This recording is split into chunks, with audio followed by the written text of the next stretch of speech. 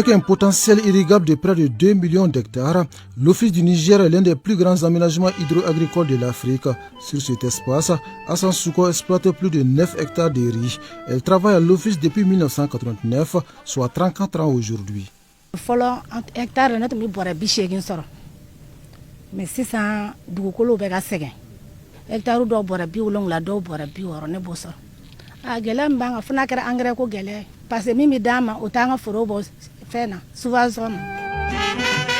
Alou Malé est aussi un producteur à l'Office du Niger depuis une trentaine d'années. Cultiver la terre qui était une nécessité est finalement devenue une vraie passion pour lui. La surface qu'il exploite aujourd'hui est de 2 hectares. Bon, alhamdulillah, je suis barkada soro na sira. Ambe se ka bore bi woro soro hectare la. Femi engrais ko yi o gelew de banga san office kono kusube kusube.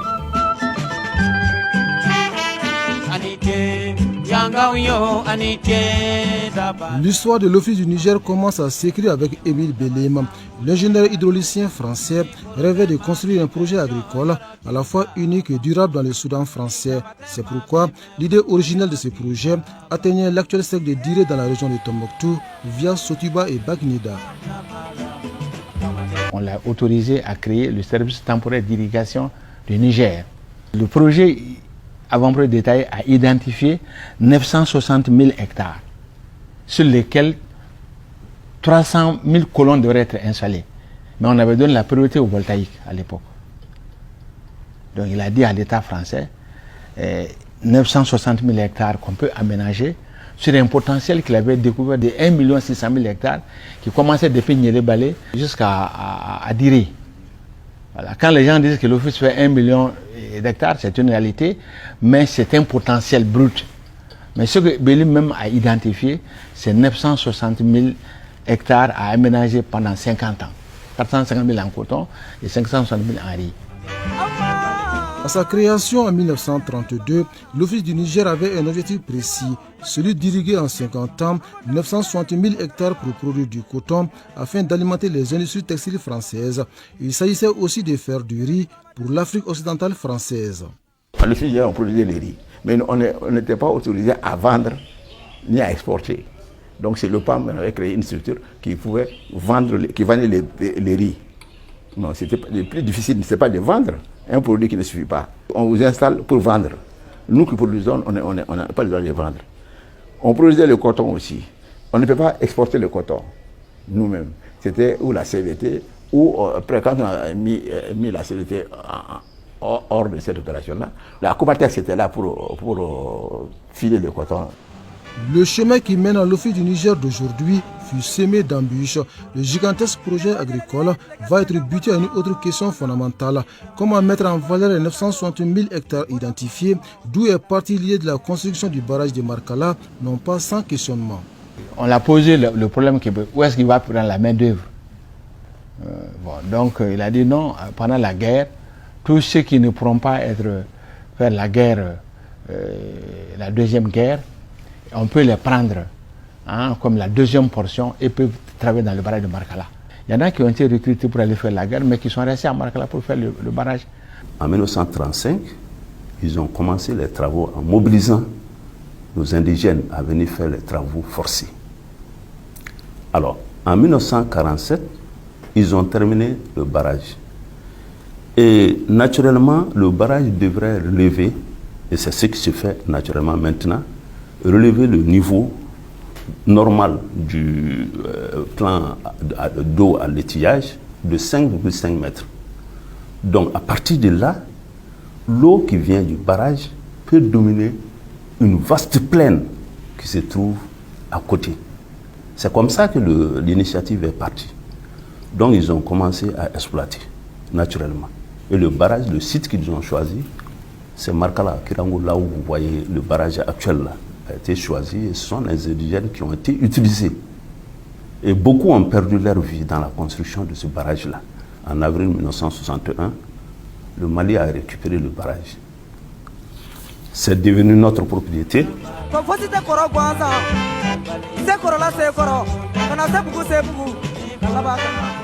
Le cas de l'Office du Niger, les voici. Sans le barrage de Markala, cette immense terre serait tout simplement un scandale géologique. Plus grande retenue d'eau au Mali, l'ouvrage est sous le poids de l'âge, plus de 76 ans aujourd'hui, puisqu'il a été inauguré en 1947. Grâce à un partenariat entre les ateliers militaires centraux et l'Office du Niger, l'infrastructure reçoit un coup de lifting. Dans le partenariat Office ateliers militaires centraux de Markala, on a divisé les travaux en conventions. La première convention concernait la réparation du chariot numéro 2 et les installations électriques et mécaniques du barrage. Ces travaux ont duré à peu près 1 an, pratiquement de mai 2022 à début 2023. Donc Dieu merci, l'Office s'est dit vraiment très satisfait de l'œuvre réalisée. Comme on l'a si bien dit, le chariot numéro 2 nous a quand même donné beaucoup de problèmes. Comme vous l'avez remarqué là-bas, il y avait des paliers cassés, il y avait des coussinets cassés, les dispositifs du mouvement de translation étaient en difficulté et beaucoup d'autres installations au-dessus du chariot. La plateforme aussi était très fatiguée. L'ossature était aussi en état de destruction pratiquement. À la date d'aujourd'hui, le chariot numéro 2 fonctionne correctement. Dans la deuxième phase de la convention, il est également prévu d'autres grands travaux pour donner plus de résistance à cet ouvrage, combien stratégique pour le devenir de l'Office du Niger. Les travaux de la deuxième convention se porteront entre autres sur les premiers chariots et le troisième chariot, et les travaux de réhabilitation de l'écluse de Tchou, les travaux de réhabilitation des groupes électrogènes, la fourniture des lubrifiants et les vidanges des chariots et la fourniture des matières électriques et mécaniques des 3 chariots. Ces travaux vont s'étaler sur 2 ans. Vraiment, les partenariats se portent très bien. Vraiment, il y a totale confiance entre nous. Presque toutes les pièces de réchange du barrage ont été fabriquées dans ces ateliers. Ici, l'ingéniosité des professionnels séduit tout visiteur. Si la mission première de la structure est de fabriquer les équipements militaires, aujourd'hui, elle a à son arc plusieurs cordes. Les ateliers militaires des centraux de Markala ont comme mission équipement des états-majors et services pour les mobiliers de bureaux, la confection des supports pour les véhicules de combat. Bon, évidemment, il y a autre chose, les antennes paraboliques, autre chose. Le barrage de Markala est perçu comme l'oxygène qui permet à l'Office du Niger de respirer à plein poumon. Grâce à l'ouvrage, les travaux du réseau hydraulique se font sans grand souci. Il y a le réseau primaire qui contient les barrages et tout ce qui est adducteurs principaux ainsi qu'émissaires sont à la charge de l'État pour son entretien. Donc, et pour cela, l'Office reçoit de l'État une dotation pour l'entretien de ces réseaux. Le niveau secondaire, c'est la redevance collectée auprès des exploitants agricoles qui permet l'entretien de ces réseaux. Et le niveau tertiaire, qui est le dernier niveau, est fait sous fonds propres par les exploitants eux-mêmes. Donc globalement, il nous faut 6 milliards, sinon plus, pour exécuter un bon programme d'entretien. La longueur de ce réseau, c'est autour de 12 000 km. Si nous le comparons bien sûr au réseau routier national du Mali, c'est à peu près dans les mêmes proportions.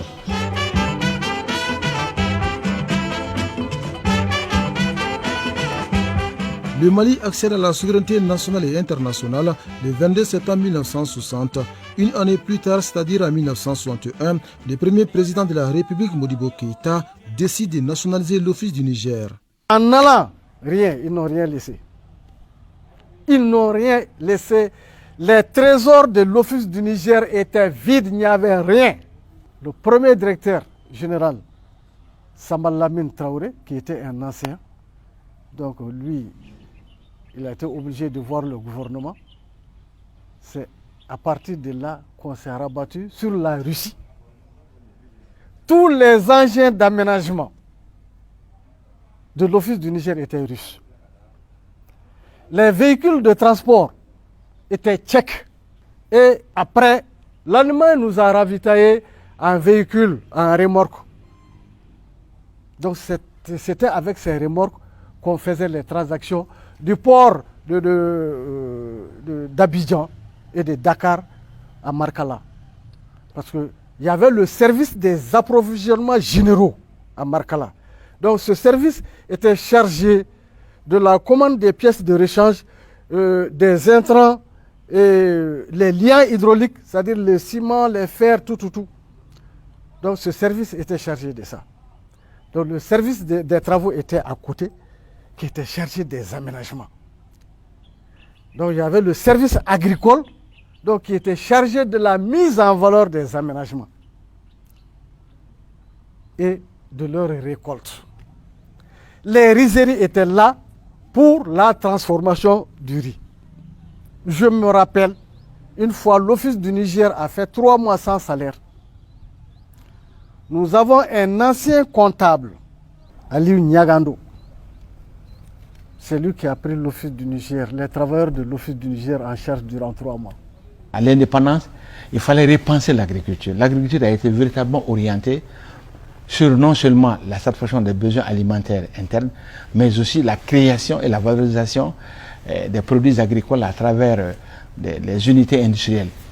Tout ce qui peut être transformé pour notre pays, que ce soit le coton, que ce soit les mangues, le Sogoma à chose, à Baguinda, la Comatex à chose, le thé Farako. Donc, toutes les filières porteuses pouvant faire l'objet de valorisation et de transformation l'ont été. La machine de la nationalisation de l'Office du Niger se met en marche pour la transformation de l'agriculture malienne. La culture du coton va donc être abandonnée au profit du riz. Quand maintenant il y a eu la nationalisation, après le départ, quand le Mali a pris les choses en main, on a diversifié, le coton était là et on a mis les riz. Alors pour la culture du riz, parce qu'il fallait quand même, comme vous parlez de suffisance alimentaire, et la culture du riz a porté il y a eu beaucoup d'interventions sur la culture du riz. Et on a eu l'assistance technique des Asiatiques qui sont les premiers pour le riz, et les Chinois, les Vietnamiens, et on avait aussi l'assistance technique de l'Union soviétique qui avait pour la culture du coton. Pour le coton, je crois que c'était aux années 69, la campagne de la culture du coton a été arrêtée en faveur des cultures vivrières. Mais si le coton en lui-même était une culture de servitude, d'esclavage presque. Grâce à son potentiel, l'Office du Niger pourrait être une réponse concrète à l'insécurité alimentaire au Mali. Déjà, la nature a ouvert la voie à la réalisation de cet objectif. Au sein de l'Office du Niger, nous avons une partie où on peut produire le blé. Donc c'est la partie qui est en haut, le Mema Farimake. Donc sur plus de 200 000 hectares, nous pouvons produire du blé là-bas parce que c'est à l'extrême nord. Le climat s'adapte très bien au blé et aux agrumes, la culture des agrumes, comme dans les régions méditerranéennes. Donc il y a eu un premier projet qui s'est arrêté en bout de chemin dans les années 90 avec la coopération russe pour l'aménagement du Mema Farimake. Et nous espérons que ce projet-là puisse renaître. Selon le schéma directeur d'aménagement de l'Office du Niger, la superficie potentielle qui peut être utilisée dans le cadre des aménagements, c'est 1 907 000 hectares de terres qui peuvent être aménagées, sur lesquels on a 1 445 000 hectares qui peuvent recevoir de l'eau par gravité. Donc, on n'a même pas besoin de sources pour mobiliser l'eau, mais c'est des terres qui peuvent être dominées par l'eau de façon gravitaire. Donc, très économique. C'est un cas un peu particulier de l'irrigation pour tous ceux qui savent un peu qu'est-ce qu'on fait pour mobiliser de l'eau afin de produire. Et tu as 75,75% du potentiel qui peut être irrigué par gravité. De la nationalisation de l'Office du Niger à ce jour, les superficies aménagées ont connu une forte évolution.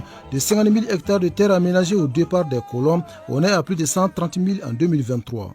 Le gouvernement de la Première République a mis en œuvre un programme qui a permis d'aménager 15 813 hectares. À partir de 1994, donc, le gouvernement a recommencé à faire de nouvelles superficies. Donc jusqu'en 2002, on a eu 13 543 hectares qui ont été aménagés, y compris bien sûr les baux. En fait, les baux, c'est un système que le gouvernement a mis en place pour que des privés puissent prendre de la terre en friche et l'aménager à leurs propres frais. De 2002 jusqu'en 2012, les programmes de réhabilitation ont continué concomitamment aux nouveaux aménagements. Et là, l'État a pu faire 28 623 hectares. Voilà, donc, et de 2013 jusqu'à nos jours, donc, la superficie totale réalisée, c'est 24 298 hectares. Donc quand on met tout ça bout à bout, ça fait en tout la superficie agricole utile à l'Office du Niger qu'il faut différencier de la superficie brute aménagée. Donc c'est 130 826 hectares. Donc 9% du potentiel. Vous imaginez?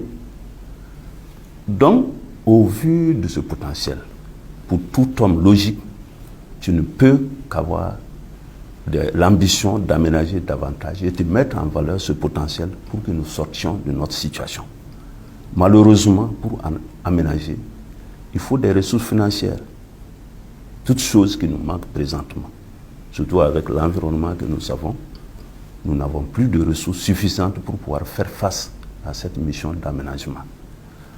Alors, pour preuve, le contrat-plan de 2019-2023 avait prévu d'aménager 14 615 hectares sur lesquels nous n'avons pu aménager que 4 717 hectares, soit 32,28%.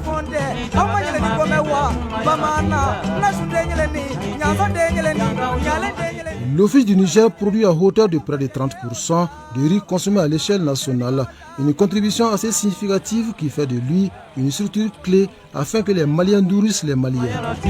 Les seuils de rentabilité agricole, c'était 1 tonne 200. Alors on n'arrivait pas à faire plus d'1 tonne. Et là aussi, c'était pas, tant que le président n'a pas son compte dedans, ce n'était pas possible d'insister. Après, maintenant, plus tard, il y a eu, au niveau national, on a eu faire le blé à Diré, la zone lacus, le maïs par là. Bon, donc c'est ça, c'est voilà comment la politique de l'autosuffisance alimentaire a été abordée.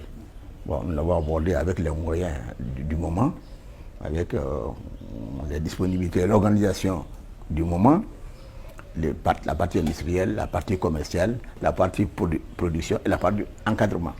Donc tout ça, il faut que tout cela marche ensemble et que les informations et les difficultés soient élaborées ensemble et discutées ensemble et évoluer ensemble. On est parti au départ de près de 50 000 tonnes. Voilà, donc on a évolué un peu vers les années 60-68, vers 70 000 tonnes. Ensuite, à partir de 94 jusqu'à 2002, on a atteint un peu les 350 000 tonnes. Et à partir de 2013, on a commencé vraiment à frôler les 700 000 tonnes. Parce qu'en fait, entre-temps, les techniques ont beaucoup évolué et il y a eu l'introduction du repiquage. Vraiment, ça a été une grande évolution à l'Office du Niger parce que le repiquage a permis de dominer un peu les mauvaises herbes. Et il y avait une bonne disponibilité des engrais et les exploitants disposaient aussi des attilages. Donc, ce qui faisait que les calendriers agricoles étaient très respectés et on était autour de 700 000. Et donc, de nos jours, l'Office du Niger tourne autour de 750 000 à 800 000 tonnes.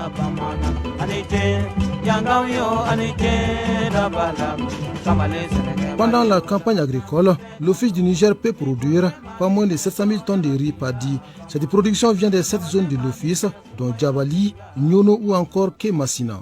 Au point de vue emblavir, nous tournons autour de 100%. Au point de recouvrement aussi de toutes les années, ces 3 dernières années, nous sommes à peu près à 100%, sinon 99,98% de recouvrement.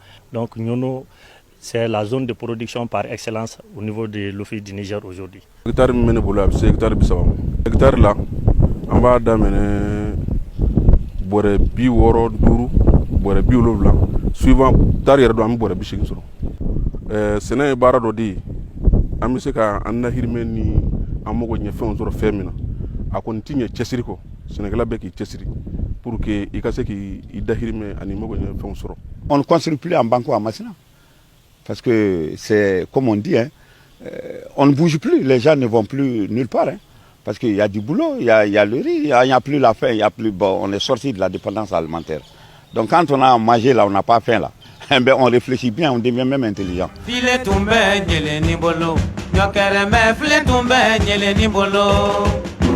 Pour faire davantage de l'Office du Niger une véritable zone de production du riz au Mali, la disponibilité des intrants agricoles est un facteur clé. Sans une quantité nécessaire d'engrais, les objectifs de la campagne seraient compromis. Il y a un office belge. Peut-être qu'il faut que office kémo kémé. Aba soro ne kilim bi biwulu ladi. Ga gele chama mimbe parce que ni warite mo gobolo. O fana gele doyo. Oube parce que banque de financement ke. Ni ma sega banque ko juru sara. Ya do banque ti sega financement wara ke tugun. Anduna engrais ko ina 2017 ko taw bi di wati mu angti sega teme toni ba fla do bi ba saba soro. Ni engrais fere la ya jete mena ka fu bi kelenga soro nyini e kelen ba je. O mun bi sɛnɛkɛ dugukolo la o de ye majorité ni e ye engrais bɔrɛ kelen di ko t'i ka bɔrɛ fila d'i ma malo la ou bien bɔrɛ saba c'est très grave. I ka cikɛ la i kan k'a dɛmɛ de, i ka cikɛ la i kan k'a tɔbɔtɔ de, faut que cikɛ la ka fɛn sɔrɔ a ka sɛnɛfɛn na. Quand on me demande, moi je dis le gouvernement n'a qu'à prendre les intrants de l'Office du Niger en charge, parce que c'est ce qui se faisait avant. C'est l'Office du Niger même qui gérait les intrants, pas les commerçants. Quand on va fixer un sac d'engrais à 20 000 francs, mais c'est la catastrophe. C'est du jamais vu. Je veux que le gouvernement gère l'engrais de l'Office du Niger. C'est de là que les paysans de l'Office du Niger pourront s'en sortir.